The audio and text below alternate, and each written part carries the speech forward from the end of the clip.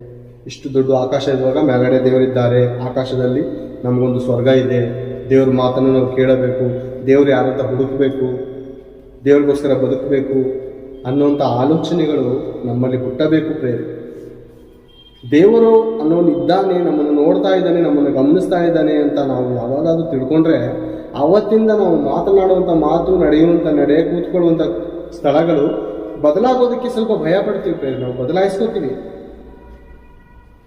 ಯಾರು ನೋಡ್ತಾ ಇಲ್ಲ ಅಂದ್ರೆ ನಾವು ಹೆಂಗೆ ಭಯ ಪಡ್ತೀವಿ? ತಂದೆ ತಾಯಿ ಇದ್ದಾರೆ, ಮನೇಲಿದ್ದಾರೆ, ಅವ್ರು ನೋಡಲ್ಲ. ದೇವರಿದ್ದಾರೆ, ಆತನ ಕಣ್ಣುಗಳು ಬಹಳ ದೊಡ್ಡದಿರ್ತದೆ. ಆಕಾಶ ಇಷ್ಟು ದೊಡ್ಡದಾದ್ಮೇಲೆ ಆತನ ಕಣ್ಣುಗಳು ಎಷ್ಟು ದೊಡ್ಡದಿರಬೇಕು. ಅದ ಥರ ಒಂದು ನೀವು ಆಲೋಚನೆ ಮಾಡುವಾಗ ಆ ರೀತಿ ಸ್ವಲ್ಪ ಆದರೂ ನಮ್ಮ ಮಧ್ಯದಲ್ಲಿ ಭಯ ಭಕ್ತಿಯ ಜೀವಿತ ಅಭಿವೃದ್ಧಿ ಆಗುತ್ತೆ ಪ್ರೇರೆ, ಅಭಿವೃದ್ಧಿ ಆಗುತ್ತೆ ಖಂಡಿತವಾಗಿ. ಆದ್ದರಿಂದ ಈ ಮಾತುಗಳನ್ನು ಪ್ರೇರೆ ನೀವು ಕೇಳಿ ದೇವರ ಪ್ರೀತಿಯನ್ನು, ದೇವರ ಜ್ಞಾನವನ್ನು, ಸತ್ಯವನ್ನು ನೀವು ತಿಳಿದುಕೊಂಡು ಸತ್ಯದ ಮಾರ್ಗದಲ್ಲಿ ಬರಬೇಕನ್ನುವಂಥ ಉದ್ದೇಶ ನನ್ನಲ್ಲೂ ದೇವರಲ್ಲೂ ಇದೆ ಪ್ರೇರೆ. ಎಲ್ಲ ಮನುಷ್ಯರು ರಕ್ಷಣೆ ಹೊಂದಬೇಕಂತೆ. ದೇಹ ಹೋಗುತ್ತೆ ಪ್ರೇರೆ, ಆತ್ಮ ರಕ್ಷಣೆ ಆಗಬೇಕು ಪ್ರಾಮುಖ್ಯವಾಗಿ. ದೇಹ ಹೋಗುತ್ತೆ, ಎಷ್ಟು ಚೆನ್ನಾಗಿ ನೋಡ್ಕೊಂಡ್ರೂ ಹೋಗುತ್ತೆ, ಚೆನ್ನಾಗಿ ನೋಡ್ಕೊಳ್ಳಿಲ್ಲ ಅಂದ್ರೂ ಹೋಗುತ್ತೆ, ಸರ್ವಸುಖ ಕೊಟ್ಟರು ಹೋಗುತ್ತೆ, ಕೊಡದೆ ಇದ್ರೂ ಹೋಗುತ್ತೆ ಈ ದೇಹ. ಆತ್ಮ ಬದುಕಿಸುವಂಥದ್ದಾಗಿದೆ ನಮ್ಮ ಜೀವನವನ್ನು.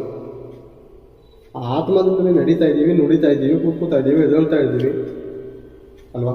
ಆ ಆತ್ಮ ಬಿಟ್ಟು ಹೋದರೆ ನಾವು ಯಾವ ಗಣನೆಗೂ ಬಾರದವರು. ಮಣ್ಣೇ ಮಣ್ಣು, ನಾವು ಕೇವಲ ಮಣ್ಣಾಗಿರ್ತೇವೆ.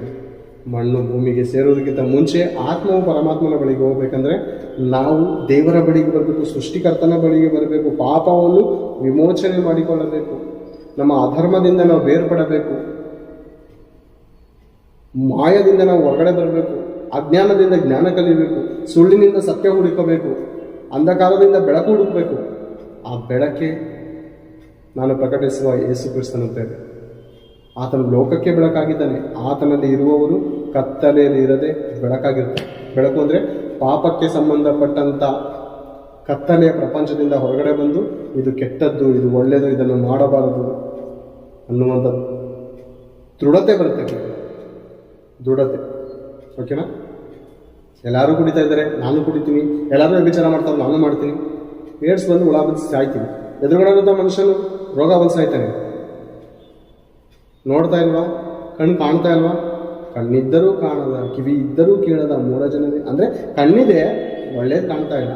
ಕಿವಿ ಇದೆ, ಒಳ್ಳೇದು ಕೇಳಿಸ್ಕೊತಾ ಇಲ್ಲ. ಹೃದಯವಿದೆ, ಒಳ್ಳೇದು ಗ್ರಹಿಸ್ತಾ ಇಲ್ಲ. ಕೆಟ್ಟ ಆಲೋಚನೆ, ಯಾವಾಗಲೂ ಕೆಟ್ಟ ಭಾವನೆ.